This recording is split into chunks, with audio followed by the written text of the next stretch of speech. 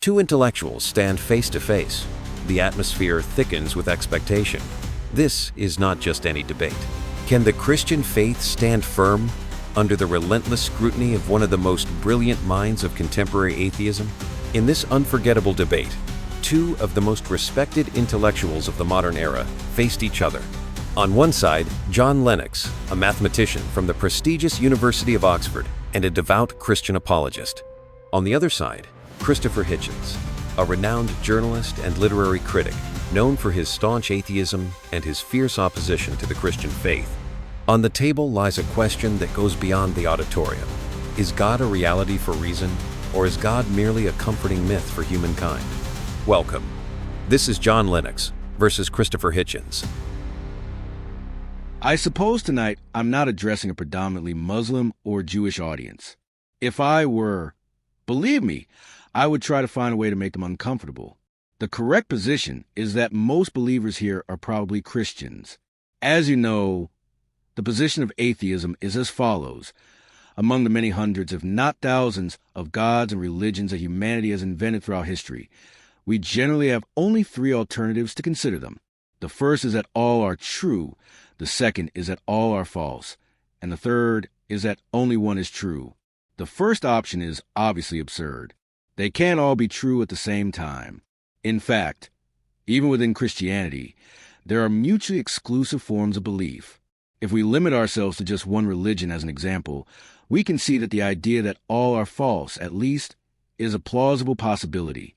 The option that only one is true is a position defended by my opponent, Dr. Lennox. I think it's the hardest position to sustain, but for the sake of the debate, I will assume the premise of Christianity and allow myself to remind you of a novel that probably many of you have not heard of, although it was quite famous at the time. The book was titled When It Was Dark. Has anyone here heard of it or read it? It was a bestseller just before World War I, written by a man named Guy Thorne. The premise of the novel is as follows. News comes from Palestine reporting that a tomb has been opened, and inside it, on a stone, lies the body of a man who has been flogged, crucified, crowned with thorns, and who has a terrible wound in his side. It is a perfectly preserved body. As a result of this shocking archaeological revelation, the entire world enters into an absolute moral collapse. Without the resurrection, or rather, with the definitive proof that it never happened and was merely a myth, humanity no longer has any moral restraint. Men and women begin to mate like beasts in the streets, engaging in looting, theft, rape, murder, and perjury without the slightest remorse. A dark midnight falls upon civilization, plunging the world into absolute despair. But finally, it is discovered that everything has been a hoax orchestrated by sinister Jewish figures, journalists, and other untrustworthy elements who have set up the fraud as a scheme. With that, society can return to behaving morally once again. Perhaps you can already sense where I am going with this. In my opinion, if every one of the gods that have been discredited throughout history, instead of just a few that remain yet to be fully exposed as mere human inventions, were proven to be frauds, our moral questions will remain exactly the same as the ones we face today. Whether we are atheists, agnostics, Socratic philosophers, or fervent believers, we would still have to ask ourselves about the purpose of our existence in this world.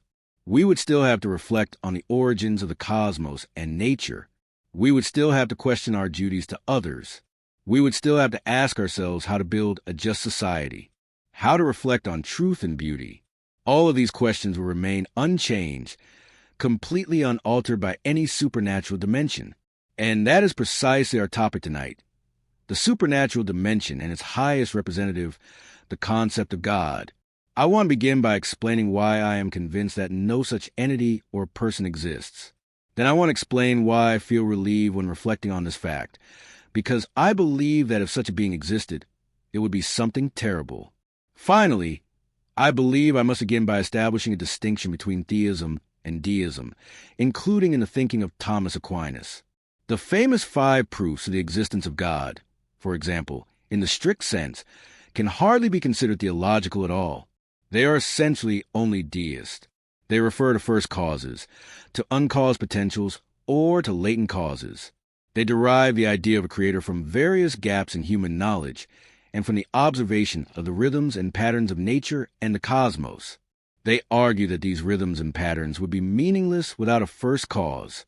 In summary, they assert nothing more than the argument from design, which, as you all know, is subject to a refutation that points out the following. If there were a designer, then the designer himself must have been designed, which threatens those defending this argument with an infinite regression into chaos. Now, I must say that it is not possible conclusively, absolutely, or definitively refute this argument. We can only point out, as I will, some of its gross absurdities and inconsistencies. However, for tonight and for the purposes of this debate, why not simply concede that it could be true that there was an original creator and that this is an elegant and valid explanation for understanding how, at least the cosmos and the process of life on Earth, two quite distinct things began? Why not concede, at least provisionally, the deist viewpoint? After all, in the time period I have written about the most, the time of Thomas Jefferson and Thomas Paine, both deists, a smart person would probably have had no choice but to believe in something very close to this. There is no superstition in it. There is nothing supernatural in it. But if I concede this point, I leave my distinguished opponent, the theist, with all his work still to be done. He still must somehow prove not only that there is a God, but that he understands the mind of that God, knows his will, or can interpret his desires regarding issues of great transcendence, such as what is good and what is bad, which foods to be consumed and which are impure, what sexual unions are permitted, which sexual positions are lawful or unlawful, which days of the week should be considered sacred or profane, when, and if it is necessary to mutilate the genitalia of children, among many other fundamental questions. Some will have to claim, yes, we must do this because I know what God wants us to do. Ladies and gentlemen, my position is as follows, and I believe it is reasonable. However brilliant Dr. Lennox may be as a mathematician, no human being, no other primate, no other mammal of our species, no matter how intelligent, is in a position to claim that they know the will, the word, the desire, or the intention of God. This information is not accessible to human beings. Therefore, my first statement is this. Those who claim to know are already, in a certain sense, discredited. They are deceived, and in another sense, they are the first ones who must acknowledge that the debate continues without them. We all must be more and more aware of how much more there is to know and how little we truly know or can know. Only those who claim to know with absolute certainty are the ones we should distrust a priori. If I have managed to establish this point, at least for the purposes of this debate, let me continue. There is no specific word to designate someone who rejects deism, although I think there should be one. In my case, I consider myself both a deist and an atheist. I do not believe in a primal engine. I do not believe in a first cause of a divine nature. I believe we have better, more advanced, and more illuminating ions about the origins of things than the idea of a supernatural first cause. Some also argue that we don't even need the word atheist because, after all, when I say I don't believe in the tooth fairy, no one asks what the term is for someone who doesn't believe in it. When I say I don't believe in witches or the biblical mandate to kill them, no one asks me what word is used to define a non-believer in witchcraft. When I tell a Muslim that his prophet believed in sand demons, genies, and wandering spirits of the desert, and that this demonstrates the kind of senseless peasant superstition that permeates the Islamic profession of faith, no one asks me what the word is for someone who doesn't believe in sand demons or genies. I think, in general, it can be granted to me that I have solid reasons to doubt these beliefs. However, I believe the fundamental issue remains valid because, ultimately, we are divided between those who attribute our presence here to the laws of biology and physics, and those who, in their arrogance, consider themselves a result of divine design. There is an absolute difference between these two worldviews, and the great difference is that one of them is evidence in its favor, and the other does not. Furthermore, one of them can indicate in advance what kind of evidence would refute it. If someone were to ask me what evidence would make me change my mind, I could respond. However, the theists will never do this. They will never say, "Show me this evidence, and I will stop believing." There is always an inexhaustible and infinitely renewable supply of faith that sustains them. In fact, it is precisely the supposed humility of the believers that makes me laugh.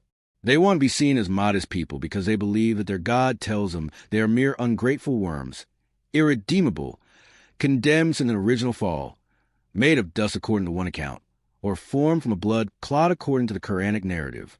Since the beginning, their situation is precarious and desperate. However, Despite all this, they must rejoice because the universe has been designed with them in mind. In my view, this is a perverse form of sadomasochism. It is unhealthy to oscillate between a state of abject submission on one hand and the belief that one is the center of creation and the purpose of the cosmos on the other. This is a neurotic alternation between extreme humiliation and unbridled arrogance. But let us stop and consider what it would really mean to believe in this. Suppose one accepted that everything that has brought us here has been intentionally designed. We know that 99% of all species that have existed on this planet have gone extinct. So, heaven has already contemplated the disappearance of almost the entire creation and has done so with crossed arms. These extinctions, moreover, have occurred in extremely cruel and indifferent circumstances over millions of years in geological history. Some people argue that humans have existed for 100,000 years, while others estimate their presence on Earth goes back 250,000 years. No one says it has been less than 100,000. Francis Collins, the great Christian believer who led the Human Genome Project, asserts with certainty that it has been at least 100,000 years. I will take this figure. Richard Dawkins believes it has been longer. But if we accept the minimum figure, what would it imply if we were indeed created and divinely supervised? It would mean that during the first 98,000 years of our existence, humans were born and died, half of them perishing in childbirth. Life expectancy probably didn't exceed 20 or 30 years. People died from their own teeth from horrendous diseases and live in a state of perpetual fear. Where do earthquakes come from? Why do lightning strikes fall from the sky? What are these diseases that afflict us without explanation? They had no knowledge of microbes, had no idea what attacked them, not to mention the conflict with neighboring tribes, wars for women, for land, for food, for mere survival, torture, violence, cruelty. I don't need to detail all of this. I'm sure you can imagine it. During those first 98,000 years, heaven contemplated all of this in perfect silence, and then, around 2,000 or 3,000 years ago, decided it was time to intervene. If a God were to intervene to redeem such a grim scenario, what would be the best way to do it? Why not choose, for example, for someone to be tortured to death in a dark and remote region of the Middle East? That would apparently solve the problem. Oh, if one is Muslim, why not choose an epileptic, illiterate shepherd to start babbling, claiming that an archangel spoke to him? Oh, if one is Jewish, why not invent a figure of Moses on a mountain that has never been located by any geographer? That's what we are expected to believe. And that is why I wonder why the worshippers of this God insist on condemning him as such an incompetent designer. Most of his creations die, and the rest suffer terribly. His supposed offers of redemption don't seem to have any effect. He is cruel, capricious, clumsy, incompetent, and indifferent as a father. Since I've gotten this far in my speech, I must now explain why I believe that the idea of an eternal father is not at all a good idea. As soon as I have a chance to catch my breath again, I'll address that issue. But for now, thank you. If this content is edifying to you, and you want me to continue making videos like this, subscribe to my channel. Good evening, ladies and gentlemen, and thank you very much for coming.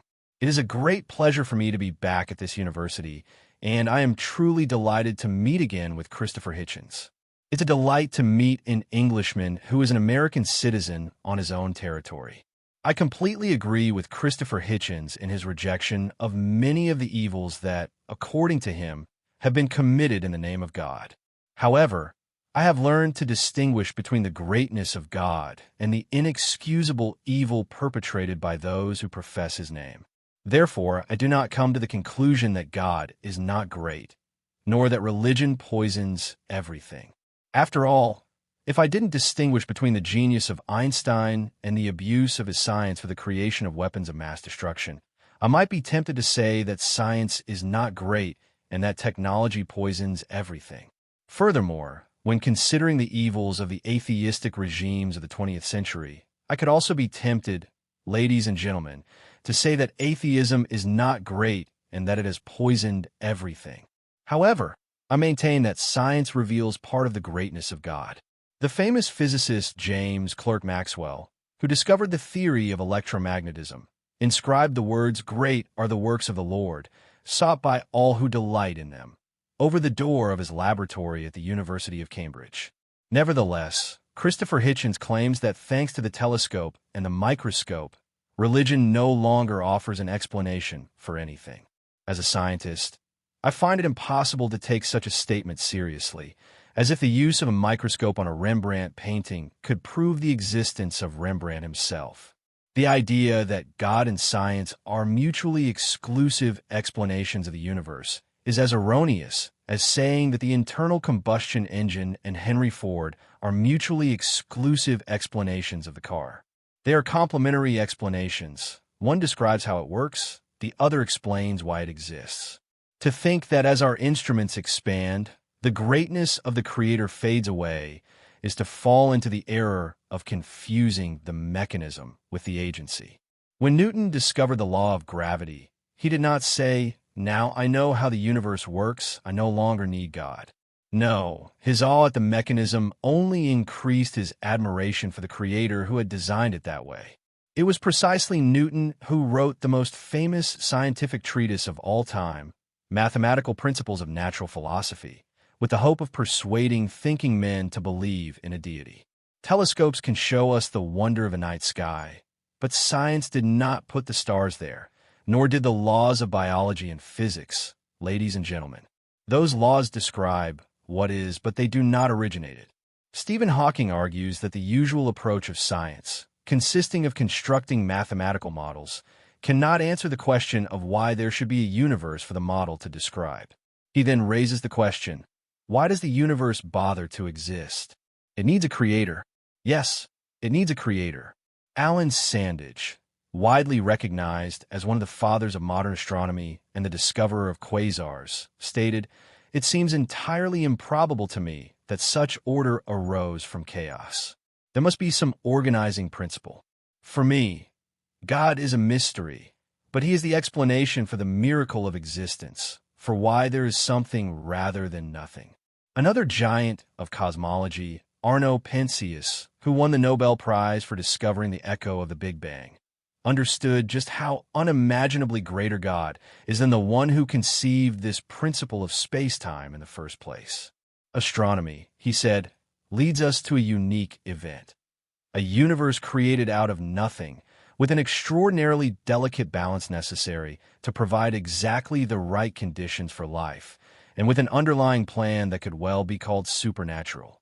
Einstein had the brilliant intuition that the speed of light was an absolute constant. But what can we say about the mind that declared, "Let there be light," and light existed? Measuring the speed of light is one thing. Creating light is something entirely different. Far from proving that God is not great, as Christopher Hitchens suggests, science reveals precisely the opposite. It was belief in God that motivated the advancement of science in the 15th and 17th centuries. Galileo, Copernicus, Kepler, and Newton hoped to find laws in nature because they believed in a great legislator. However, we frequently hear the new atheists speak of faith in derogatory terms. But I want to tell you that all scientists are people of faith. As Einstein understood it, they believe that if you need more translation, tell me. The universe is accessible to the human mind, and physics cannot explain that for the simple reason that you cannot do physics without believing that the universe is intelligible. Thus, scientists require faith.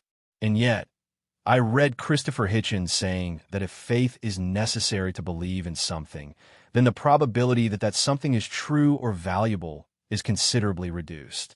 Sorry, but to do science, it is necessary to have faith that the universe is intelligible. Should I then deduce that the probability that science has truth or value is considerably reduced? Goodbye to science, then. I assume that, like most of us, Christopher Hitchens believes in his own existence, right? So, I must conclude that the probability that he really exists is considerably reduced. His statement is, in itself, a self-destructive one.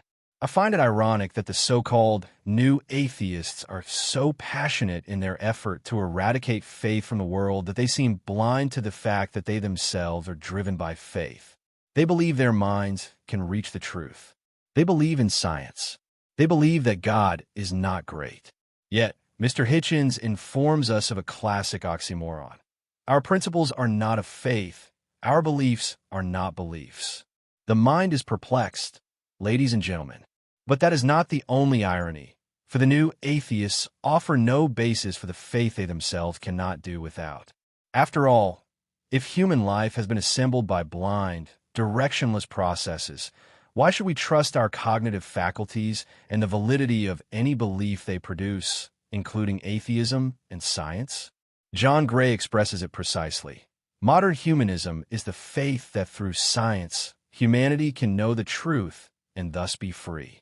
But if Darwin's theory of natural selection is true, this is impossible. The human mind serves evolutionary success, not truth. Well, this reduces all reasoning to nothing. And far from being great, atheism seems irrational, anti-scientific, and incapable of accepting this fact. Now, the early pioneers of science understood that the rational justification for science lies in the existence of the Creator, who not only created the universe, but also the human mind that studies it. In the beginning was the Word, and the Word was God. All things were made by Him. That makes perfect sense to me as a mathematician. Science is important, but it has its limitations. It cannot answer a child's questions. Why are we here? What is the meaning of life? It cannot tell us if literature or art is good or bad. Therefore, atheism that insists science is the only path to truth diminishes human condition. This is very evident to many of my Russian friends. We believed we could abolish God and still value the dignity of human beings, but we discovered that we could not get rid of the greatness of God. Ladies and gentlemen, to get rid of God's greatness is to get rid of the nobility of a human being, with all the potential of their heart and mind made in the image of God. By eliminating that greatness, you also eliminate their freedom. We are left with a blind, directionless process that somehow produced human beings in its endless lottery, only to make them exist for a brief moment, and then be crushed by the same blind forces that originated them. That is the great freedom that atheism offers us. Another evidence of God's greatness lies in the everyday freedoms we too often take for granted. Here is the testimony of an influential German atheist thinker, Jürgen Habermas, who says, "Christianity and nothing but Christianity is the ultimate foundation of freedom, conscience, human rights, and democracy, the pillars of Western civilization to this day. We have no other option. We continue to nourish ourselves from this source. Everything else is simply postmodern chatter. It was Christianity, not atheism, that originally gave us the universities that educated the new atheists, gave them the freedom to spread their ideas, and the legal framework that protects them, as well as the rest of us. Yet, Christopher Hitchens insists that the God in whom he does not believe is a tyrant and an abuser, as we just heard. I also do not believe in such a God, so it is completely foreign to my knowledge and experience. But let me point out in passing that atheism is also not a solution to tyranny, as the painful clarity of the bloodbath of the 20th century demonstrates. However, there is an even deeper problem. To say that God is not great is a moral assertion.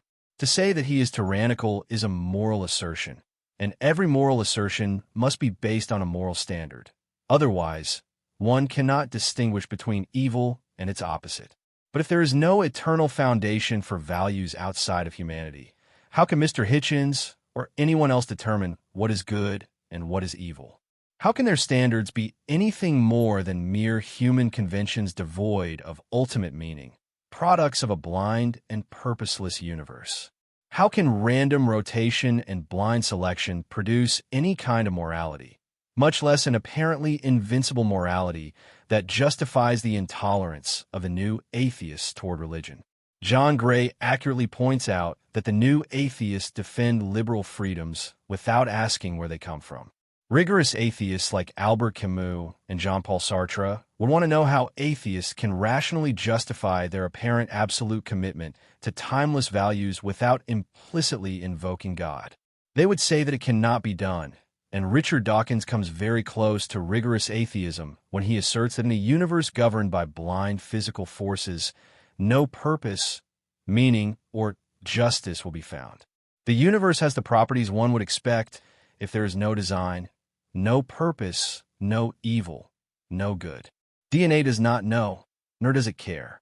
DNA simply is, and we dance to its rhythm. But if Hitler, Pablo, you, and I are simply dancing to the rhythm of our DNA, then no one can blame us for anything. All morality disappears. Thus, the assertion that God is not great, being a moral assertion, dissolves into the most absolute lack of meaning. And here we find a strange contradiction. Atheism, ironically, seems to deny the only reality that upholds moral values, justice. Because, ladies and gentlemen, in this life, there is no justice, and according to atheism, there will never be. After death, there is nothing because death is the end. So, the terrorists who dance their DNA over the bodies of their victims simply get away with it. But no, ladies and gentlemen, they will not get away with it, because here we find another aspect of the greatness of God. He is the supreme judge of humanity, and there will be judgment, and in it, justice will be done justly. At this moment in England, atheists have paid for an advertising campaign in which buses carry the message, "Probably there is no God, so stop worrying and enjoy life." Why do atheists associate God with worry? Are they afraid of meeting him as judge? They do not like judgment, but I cannot help noticing how judgmental they themselves are. The German Marxist thinker Max Horkheimer said something very interesting. He feared there was no God, because if there were none, there would be no judgment and no justice. And here we have a dilemma, the problem of my human guilt on one hand and my desire for justice on the other. I want justice, but what will justice say about me? And what about God? Is he truly the despot that they make him out to be? No, his greatness goes much further. God is not only the great creator and supreme judge, but also a God of grace and love. The central affirmation of Christianity is this: as an expression of his love, God himself became human. The Word became flesh. Christ showed us, like no other, the greatness of God. He made unique claims about being the truth, about being the Son of God, and backed them up with a life and teaching without parallel. However, his moral teaching was not his main message. His declared mission was to address the moral abyss that separates us from God by taking upon himself our sins. Ladies and gentlemen, scientists cannot even tell you what energy is, so do not be surprised if I cannot fully explain to you the greatest mystery in our history, the death and resurrection of Jesus. However, just as we see the effect of energy and use it without fully understanding it, what I do observe is the transformation, the peace, and the hope that fill the lives of ordinary men and women when they learn to place their faith, their trust in Christ as Savior and God. I see in them, and experience in myself, a transcendent sense of purpose that atheism does not have, and a hope that atheism does not know. It is here, ladies and gentlemen, where I present to you that the greatness of God is manifested in a way. Well, allow me to do this in reverse order and see if I have enough time to complete my first intervention, so to speak. I believe I have warned you clearly enough, ladies and gentlemen, brothers and sisters, that Dr. Lennox would have to claim to know more than he possibly can, and he certainly did not disappoint. He knows he is saved. He knows who saved him. He even knows who hung the stars in the sky. How does he know this? I have no idea. It was an imposing performance in its own way, but if someone is going to claim to know who placed the stars, then they certainly shouldn't quote Albert Einstein. If there is a copy of my Portable Atheist available after the debate, and I hope there is, if it is not in all good bookstores, you will find several pages in which Einstein meticulously and deliberately denies ever having the slightest belief in a personal God, a savior, or any kind of divine relationship. He made a considerable effort to reject these ideas, considering them not only sinister and childish but also unscientific. The furthest he went was to illustrate the distinction I vainly tried to make between deism and theism, between a name that may be given to a process, an order, or a law of nature, and the concept of a personal God who intervenes, punishes, supervises, and cares. This was the only distinction I attempted to establish, and Dr. Lennox treated it as if it did not exist, as you may have noticed. So, allow me to reiterate, Einstein cannot be used by those who believe in revelation or a personal God. Now, on the question of something and nothing, let us stay for a moment within the realm of science. Edwin Hubble, as many of you know, observed a few decades ago that the universe continues to expand at an accelerated rate. However, those still thinking in Newtonian terms assumed that although this expansion was remarkable and even unsettling, it would eventually slow down.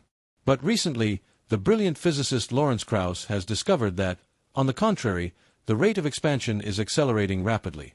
The universe is expanding at a breathtaking speed. If we were not here at this particular moment, there would not be enough evidence in the redshift of light to even know that the Big Bang occurred. We are only catching signals from a very remote time, signals that will soon become unintelligible. And when I say soon, I mean, of course, on the scale of billions of years. What does this mean? It means that although there is something now, because I am here, and I'm happy to see all of you here as well, especially those who paid for admission, it means that soon there will be nothing. A vast amount of nothing is approaching. Everything will end very soon. You can see it coming. Lawrence Krauss lays it out plainly. The universe will expand until it explodes, until it fades into emptiness. And if that doesn't happen first, we may not need to worry about it, because our sun will eventually expand into a red giant. Our oceans will boil away, life on this planet will extinguish, and then the sun will collapse in on itself, just as millions and millions of other stars have done before. We can see them exploding across the sky. Nothing is approaching, a vast amount of nothing. So, for those who wish to claim credit for the existence of something, what deity will take credit for the nothingness? Who has orchestrated this fantastic explosion of emptiness, these infinite expanses of nothing? Who designed a universe with a destiny of destruction written into every galaxy? All this vast spectacle of annihilation was created solely to give rise to a single privileged planet with a single trembling, uncertain, and vulnerable primate species that has existed for barely 100,000 years of suffering, only to receive a supposed offer of redemption in the last 2,000. Look first at this immensity, and then at that insignificance. Behold the absolute and extraordinary scale of the universe, and then the minuscule, almost imperceptible existence of humankind. I don't believe anyone could seriously accept the religious claim that all this was designed with us in mind. Anyone who says, since we don't know, let's say it was God, is simply wasting their time and trying to waste yours. Now, on the matter of who is in charge and why, I find the idea of an eternal father to be a bad idea. I'm sure I'm not the only father in this room. I have 3 children. My duty as a father is to step aside, do my best for them, and then give them space. What kind of father would say, don't worry, I'll always be here? Not in the sense of support, but in the sense of never leaving. What kind of father would tell them, you will never be able to say goodbye to me, you will never be free of my presence, even after your death I will still be here? In fact, I'm quite eager for that moment, because then I can sit in judgment over you. This isn't even a benevolent form of despotism, is it? When one allows oneself to reflect on it, one realizes it's even worse than what I mentioned earlier about how religion first forces people to be abjectly humble, and then incredibly solipsistic, arrogant, and conceited. If it were true that all these things are attributable to an eternal Father, who is unknowable except to those like Dr. Lennox, who claim to possess sources of information denied to me and many others, what would this mean? At the very least, it would mean we are living under an unalterable and unquestionable dictatorship, one that may or may not be benign. We have no guarantee that it is benign. In fact, in my opinion, benign dictatorships are the worst, but that's another matter. It would mean that we are subject to eternal surveillance, without rest, day and night, awake and asleep. We would never have a single moment of privacy. Everything we did and thought would be known, monitored, examined, and ultimately rewarded or punished. Even Big Brother in George Orwell's 1984 could not be entirely certain of what his subjects thought. But under divine rule, there's no problem. You are condemned for thought crimes before you've even had the thought. Because everything is known in advance. And how does the God who condemns you know this? Because he himself created you full of corruption, sin, and wickedness. This is part of the design. And here lies the horror of it all, the fascist element of this idea. You are created sick and then commanded to be well. That is, you are created with impure thoughts, wicked desires, wrong ambitions, with an impure and corrupted nature, and then you are told you must purify yourself as quickly as possible or suffer terrible consequences. This is the worst imaginable form of unfreedom. And I must say that I deeply distrust those who wish this to be true. In my view, the first and most fundamental emancipation that a human being must experience is liberation from this man-made shackle. Someone might ask why I wouldn't want this to be true. Why wouldn't I wish for it to be real? Well, I'll tell you, because once you admit the existence of this despot, you find yourself, here and now, in the real world, subjected to the rule of pure human power. You are governed by other primates, by other mammals, who claim the right to do whatever they please with you because God is on their side, because their rule is divine. And this is not a theoretical threat. I'll illustrate it another way if you prefer.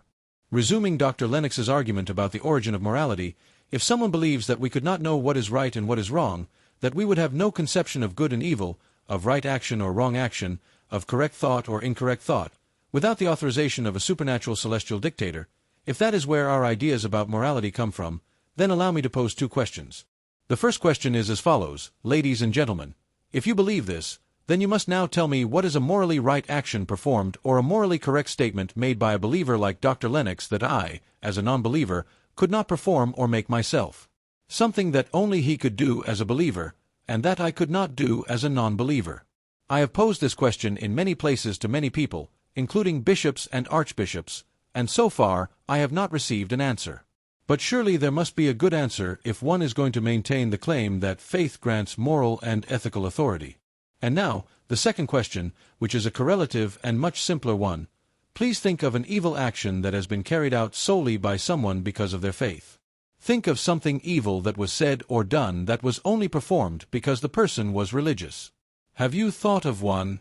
The community of suicide bombers is entirely religious. The community that practices genital mutilation is entirely religious. You know how the list goes on. While these two questions remain in the air, I will step aside and leave you to reflect on them. I hope some of you will return to me with your answers, and once again, I thank you for your attention. Now, back to Dr. Lennox.